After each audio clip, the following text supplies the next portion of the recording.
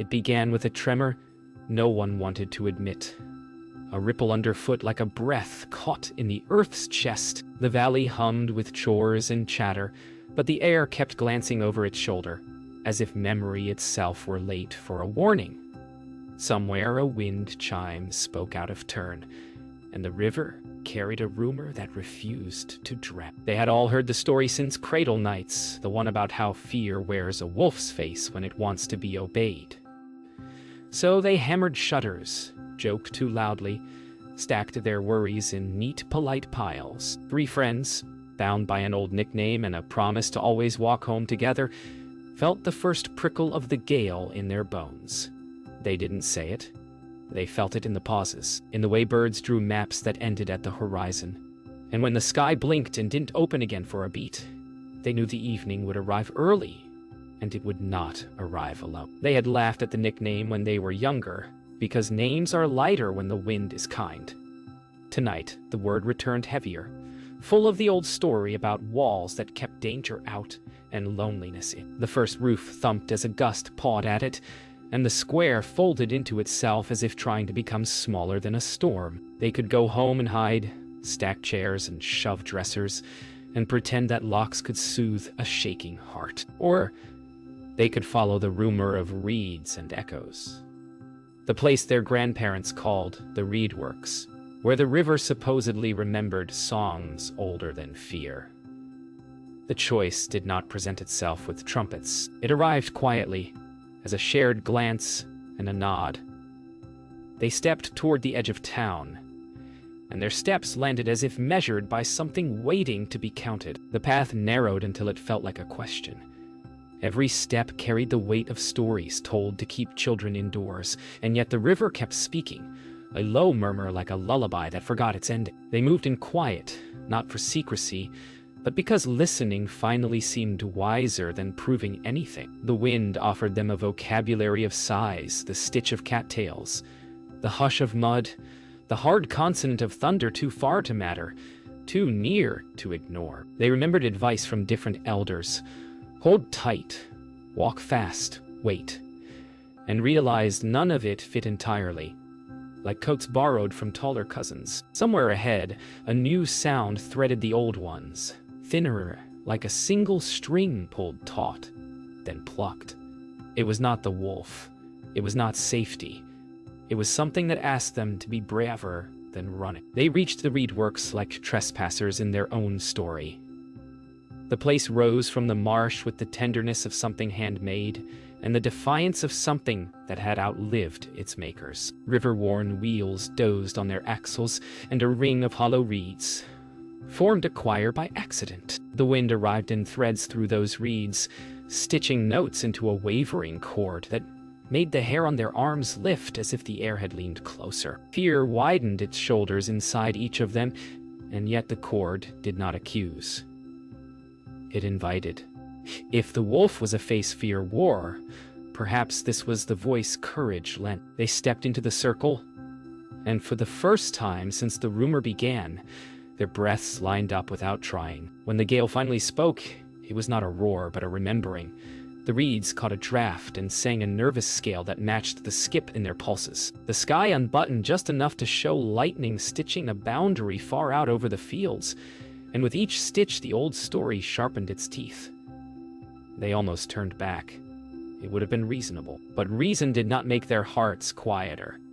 They stayed because the cord kept brushing their shoulders like a friend, insisting they were already braver than the worst of their thoughts. They stood in the circle and said very softly the names of what they feared: failure, loss, not enough, and the sound of saying did not break them.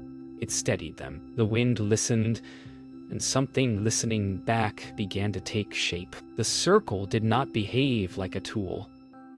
It felt more like a listener that had been patient for years. When breath steadied and the shaking inside each chest stopped, pretending it wasn't there, a thin, true tone gathered in the hollow reeds.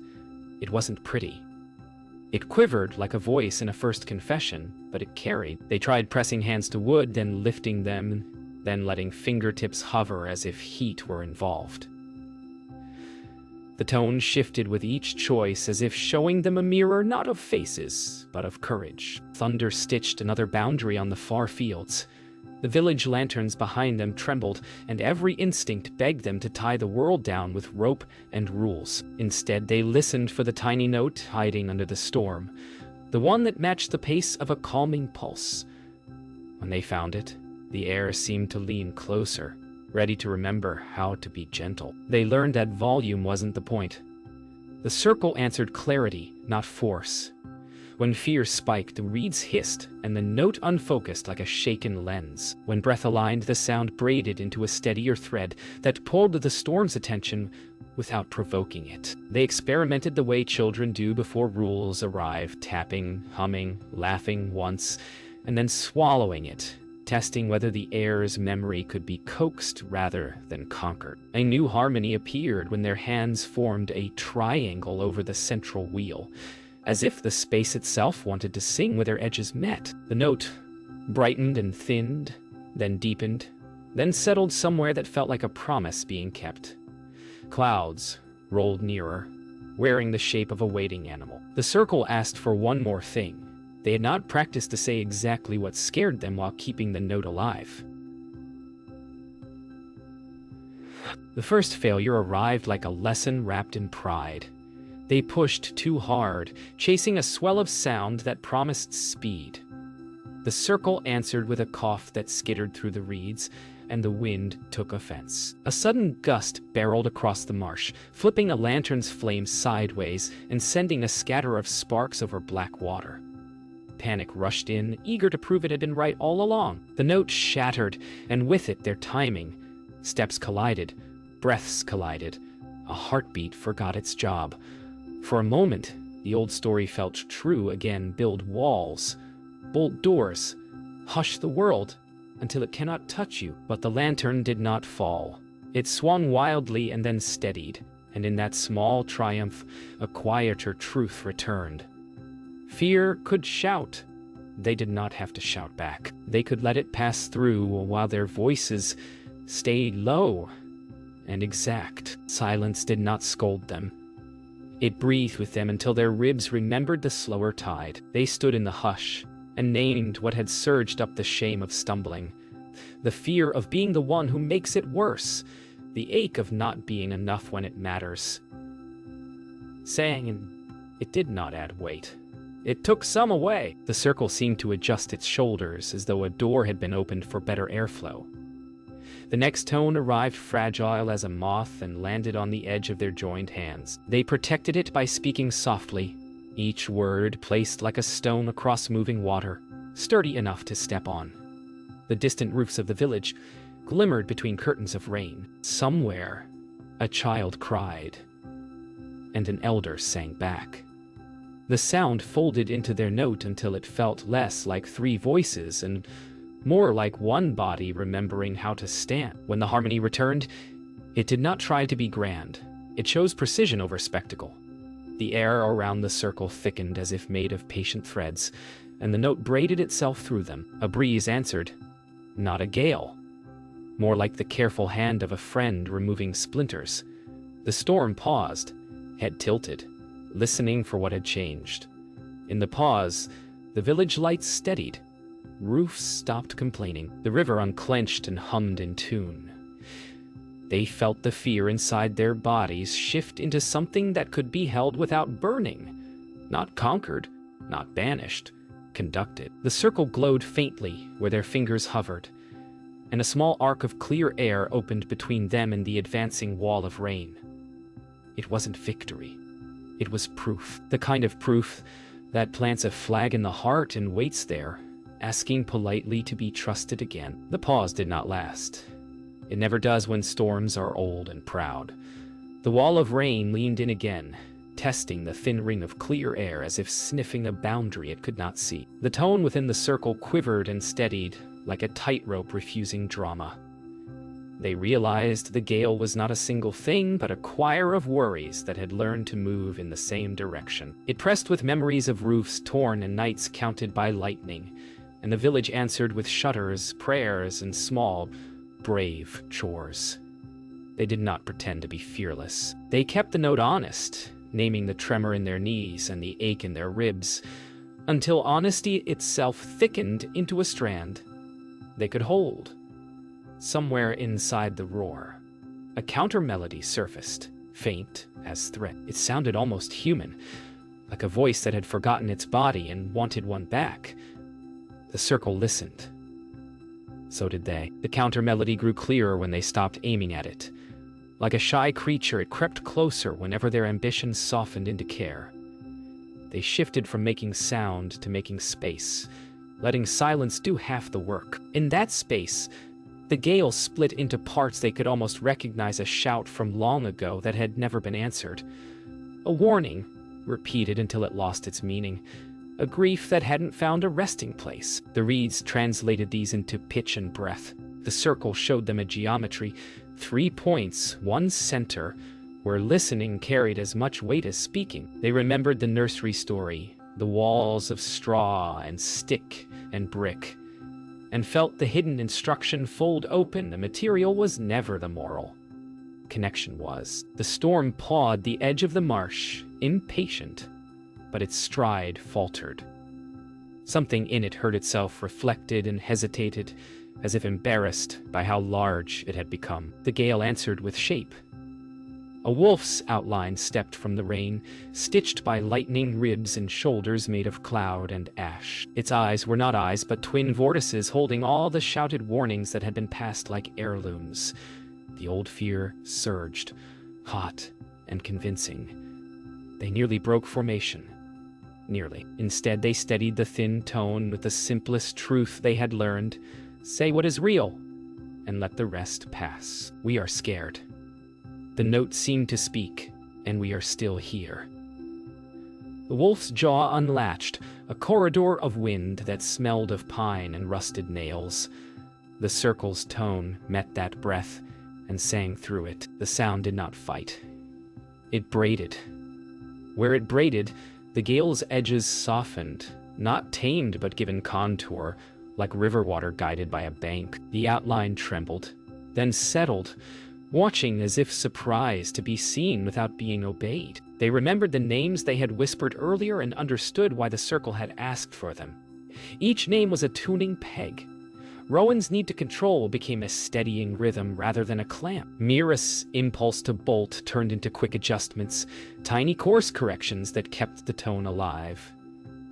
Asha's stillness acted like a keel, keeping their shared craft from capsizing. The note swelled, not louder but wider, carrying pieces of the village into it, pots settling on shelves, roof tiles deciding to stay, a lullaby finishing its last line. The wolf lifted its head as if tasting weather from a distant coast.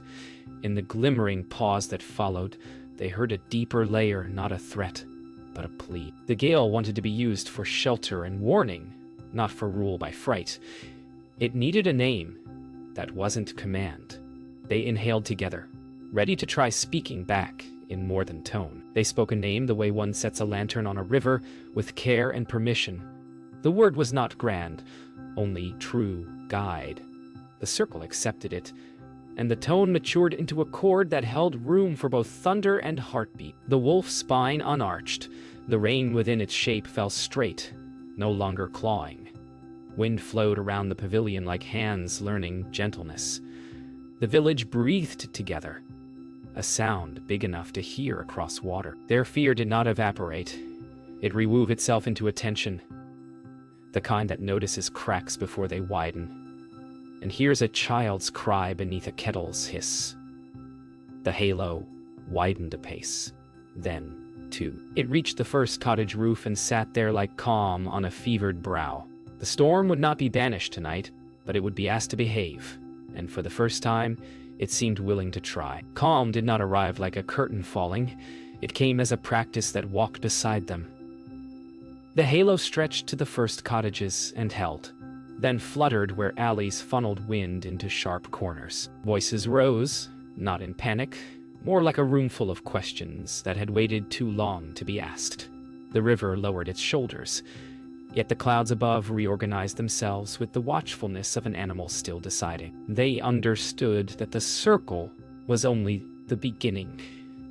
The tone had to be carried through streets that remembered loss, into kitchens where kettles whistled warnings, across thresholds where children learned to sleep through thunder by pretending not to hear. They did not announce themselves as saviors.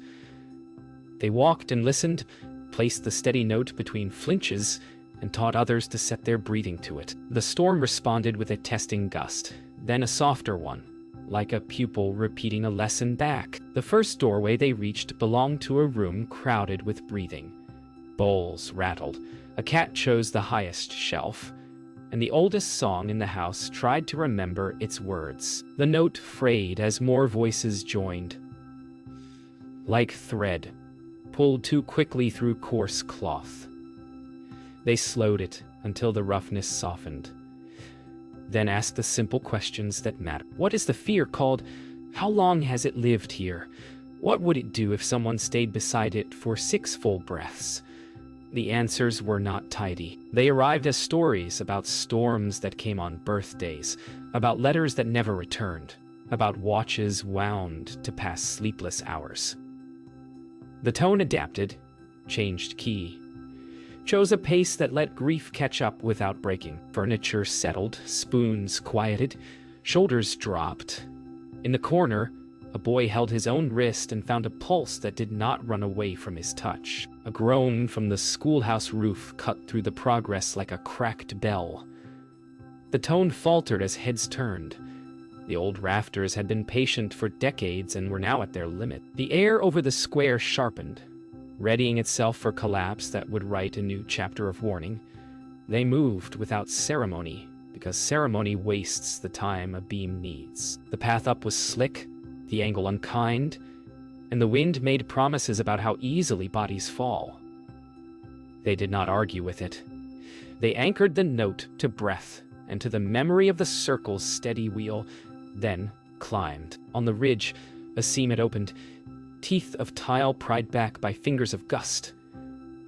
The sound they made there was smaller and more exact, a brace rather than a banner. The wind took a slower breath, as if taught by hand, and the seam considered closing. The storm tested them with a sudden downdraft that felt personal.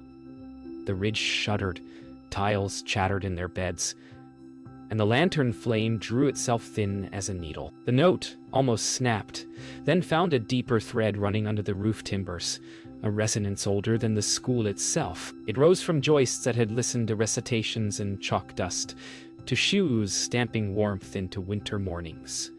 They matched it, and something new appeared, a visible seam of air like a river made of light. It stretched between their hands, faint at first, then brighter, not a weapon, a brace.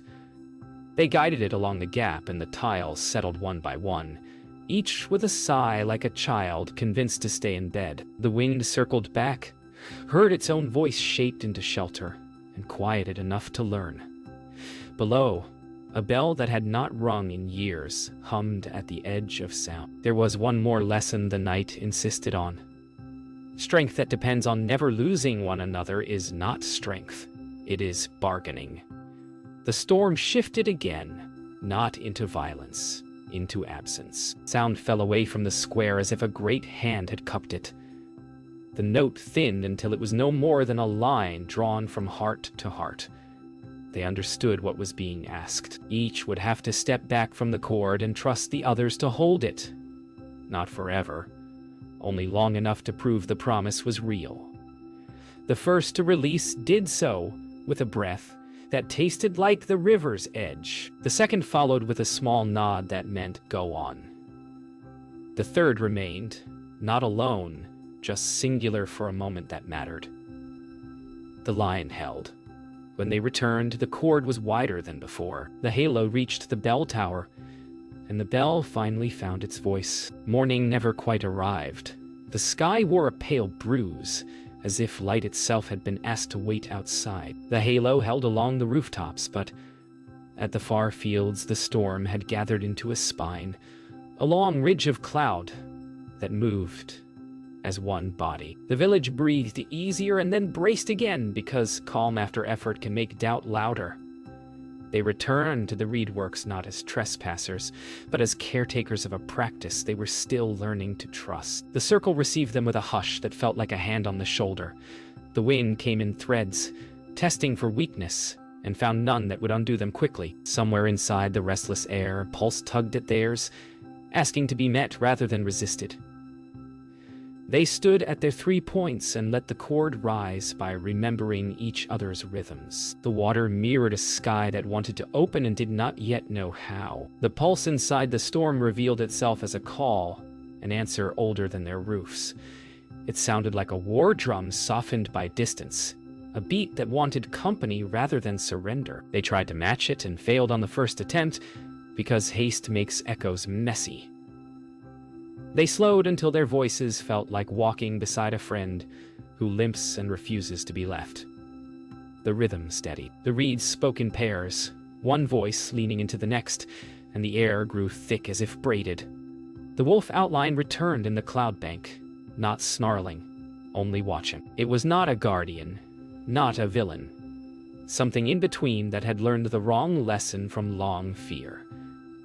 They breathed together until the note clarified into something that could carry words without breaking. When they finally spoke, they chose questions instead of orders. What are you guarding? Who taught you to shout? Where do you end if we listen? The storm answered with memory. A field flattened years ago on a harvest night returned in the smell of crushed stalks. A door that would not open during a flood arrived in the creak of phantom hinges. A lullaby cut short came back as a gust that lost its way. They felt the town's oldest warnings stack like stones. Useful at first, then heavy enough to wall out daylight. The gale was a library of such moments, bound in noise. They did not argue with the pages. They read them aloud with the tone held steady. And as they read, the weight shifted from command to counsel. The wolf lowered its head, and the ridge of cloud broke into ribs, each rib a corridor of rain that could be walked if one kept the count true. The circle's wheel hummed with a frequency that touched bone, and asked for an offering. None of them had yet given truth without armor. Rowan spoke first, naming the fear that planning could not hold what he loved. Mira followed, admitting that running had taught her speed, but not a rival. Ash finished, confessing that stillness sometimes felt like hiding rather than listening. The circle did not praise them, it tuned them.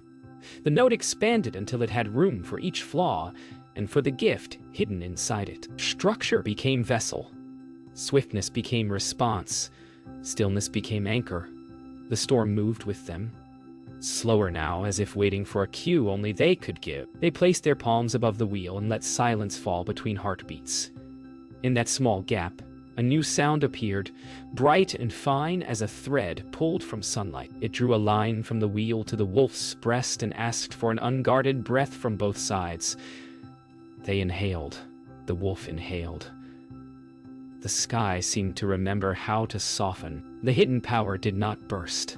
It unfolded like a sail catching a wind it had been waiting for. Their shared breath met the wolf's, and the two currents braided into a single stream that crossed the marsh without tearing anything loose. The halo widened to the far fences, then to the fields beyond, and the ribs of rain straightened like strings tuned by a patient hand. The gale learned a new shape. It kept its strength but traded command for guidance, force for bearing. The village roof sighed as gutters released their hoarded water.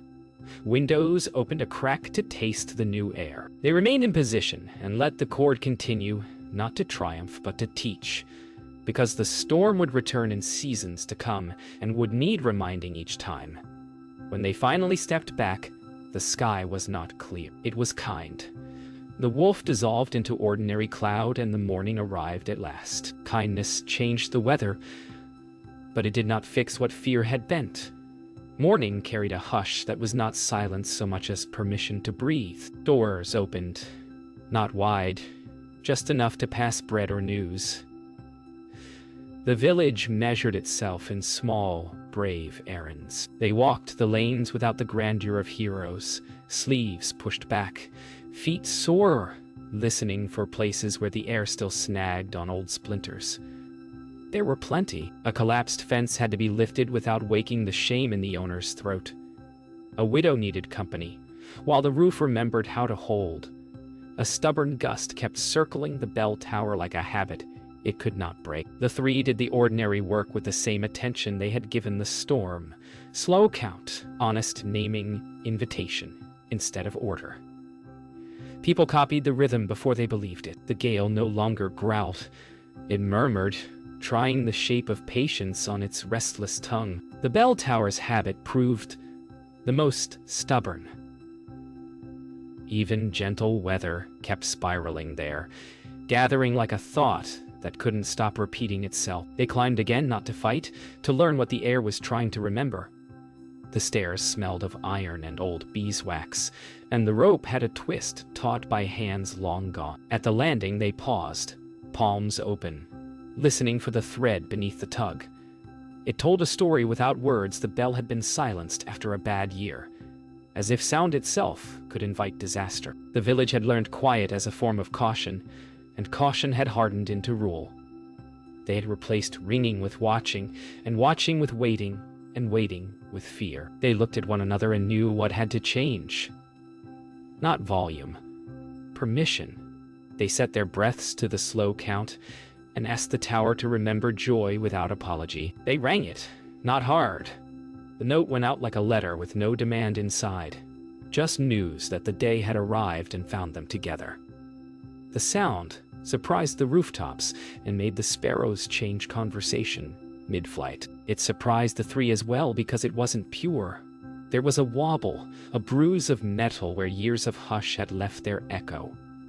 They did not correct it. They let the wobble speak, then folded it gently into the steady tone they held between them.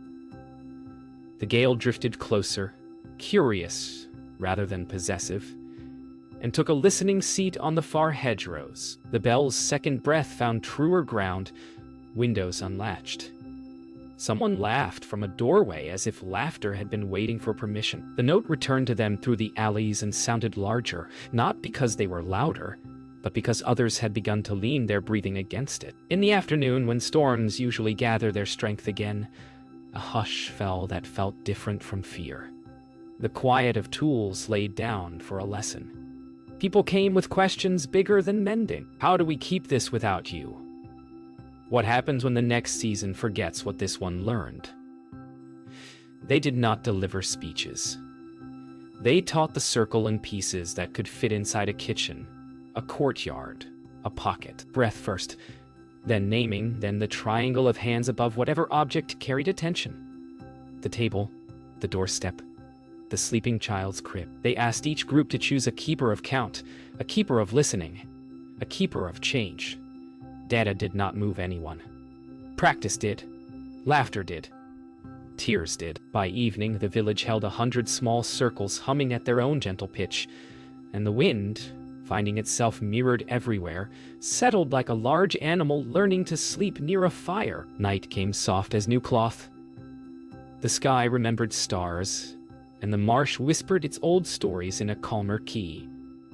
They walked to the reedworks once more, not to ask, to thank. The circle looked smaller than it had in their fear, and somehow more beloved. They placed the day on the wheel with quiet words the fence mended. The bell trusted. The many small circles that had found their own voices. They also placed what had hurt. The wobble that made Rowan wince. The moment Myra almost hurried a child's breath. The flicker of doubt that crossed ash like a shadow from an unseen cloud. The wheel did what it always did, turned fear into thread. Thread into fabric. Fabric into something that could be worn into storms yet to come. In the distance, the gale shifted in its sleep and exhaled without taking anything. Oh! They smiled at nothing in particular and felt the village breathe with them. Morning arrived with the tender awkwardness of a first apology. The air felt newly washed, not with triumph, with permission to start small and keep starting. They stood where the circle had taught them and listened for the next right thing. It was not a grand quest. It was a vow shaped like practice, The village would keep the cord without needing a legend at its center. Windows opened to let damp bread cool. A shoemaker hummed while mending a soul that had learned the shape of running and would now learn the shape of staying. The fields smelled of wet iron and green beginnings. They understood that fear would come back, the way seasons do, and that returning would not make it an enemy. It would make it familiar, which is different from safe and kinder than cruel. They placed their palms above the memory of the wheel and said yes to another ordinary day. The town took to the work like hands learning a song they already knew. Courtyards filled with small circles practicing the count around bowls and door frames, and sleeping babies, not as superstition, as kindness made visible. The bell offered a noon chime that wobbled once then steadied, and the wobble made the sound beloved. Laughter moved in the lanes as if the ground itself had a pulse, and even the cat, that always chose the highest shelf, came down twice to be underfoot. They walked through it, not as the reason but as the reminder, carrying the quiet thread that had saved the night.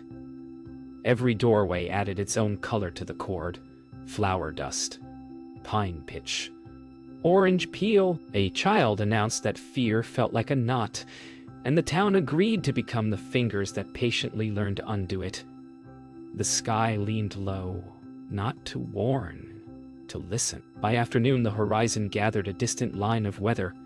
Nothing fierce, just the honest promise that skies keep changing. They felt the old tug to prepare with walls and warnings, and then they heard what they had taught themselves to hear: the smaller, steadier thread underneath. They wrote it down for those who would come after, not as commandments, as recipes that allow for taste. Count together. Name precisely. Hold breath like a bridge, not a shield. Make a circle around an ordinary object so that ordinary things can remember how sacred they are. A carpenter etched the steps into the bell rope's wooden cleat. A teacher chalked them above a door. Someone carved a spiral into a spoon. They watched as the story shed its fangs and kept its teeth only where they were useful. The wolf would walk the hedgerows, and the town would walk with it. Evening crept in with the kind of blue that makes lanterns think about their purpose. The circle at the reedworks waited, smaller now that it shared its work with 100 kitchens and courtyards. They returned not to lead, to listen one more time for what had changed inside them. The fear they named on the first night still lived with them, but it no longer asked to drive. It rode along like a guest who finally trusted the road. They placed what they had learned on the wheel, the way one sets stones on a cairn, not heavy enough to burden, solid enough to guide. The river said its piece, and it sounded like gratitude shaped into current. The sky held its breath in a way that was not warning, it was awe. They stood there long enough to feel quiet become ease. Night settled and did not threaten.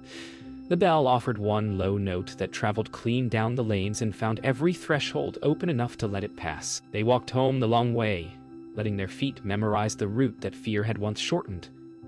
Windows spilled laughter that would not need permission tomorrow. The marsh breathed with them, and the sky wore its stars like patient witnesses. At the last rise before the village, they turned and saw how small the reedworks looked, and how large the halo of practice had become. Not a light now, a habit. They understood that saving the day had been a beginning, not a finish. Their hands still knew the triangle. Their ribs still knew the count. They smiled at nothing and at everything, and at the fact that courage sounded, at last, like the most ordinary thing in the world.